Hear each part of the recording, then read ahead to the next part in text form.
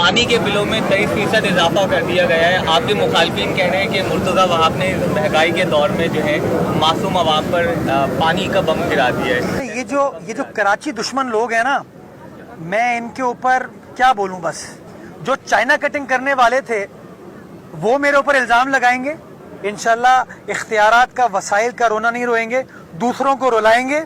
कुछ को खुशी के आंसू होंगे और कुछ को जो तासुब के आंसू है ना, इंशाल्लाह उनको पोंछेंगे। आपकी बात दुरुस्त है कि बारिशों के बाद सड़कों का एक बहुत बड़ा चैलेंज है शहर की इंतज़ामिया के लिए।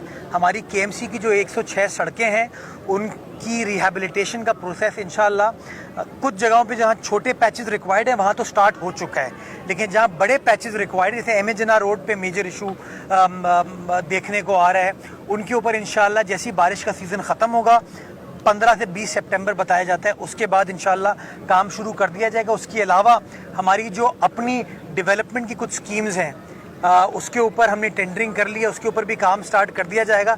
इंशाल्लाह इख्तियारात का वसाइल का रोना नहीं रोएंगे, दूसरों को रुलाएंगे।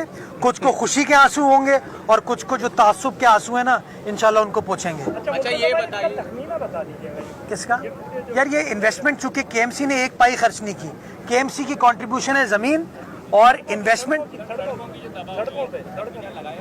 अभी मैं अमाउंट मेरे लिए कोट करना मुश्किल है, लेकिन मैं जो लोग कहते हैं ना कि शहर कराची के अंदर इन्वेस्टमेंट नहीं की जा रही, कराची शहर में इस साल के बजट में 110 अरब रुपए रखे गए ट्रांसपोर्ट, पानी, infrastructure, parks, playground, sporting facilities को बेहतर बनाने के लिए। और इंशाल्लाह सिंध गवर्नमेंट के इश्तराक से, सिंध गवर्नमेंट के ताउन से उन पैसों को खर्च करेंगे और आप मीडिया के ज़रिए उन पैसों को जो अखराजात हैं वो लोगों को दिखाएंगे। पानी के बिलों में 23% इजाफा कर दिया गया है। आपके मुखालफिन कह रहे हैं कि मुर्तज़ा वहाब ने महंगाई के दौर में जो है मासूम अवाम पर पानी का बम गिरा दिया है। अच्छा ये जो कराची दुश्मन लोग हैं ना, मैं इनके ऊपर क्या बोलूं। बस ये कराची दुश्मन है, ये नहीं चाहते ये शहर बेहतर हो।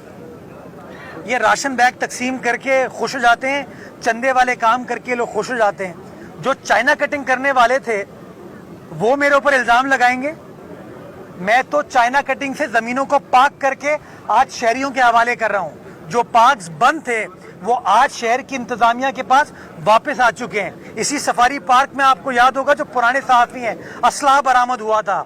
आज बच्चे बच्चियां यहाँ पर आ रहे हैं, खवातीन आ रही हैं, बुजुर्ग आ रहे हैं, फैमिलीज आ रहे हैं। तो उनके इल्ज़ामात से मुझे कोई फ़र्क नहीं पड़ता।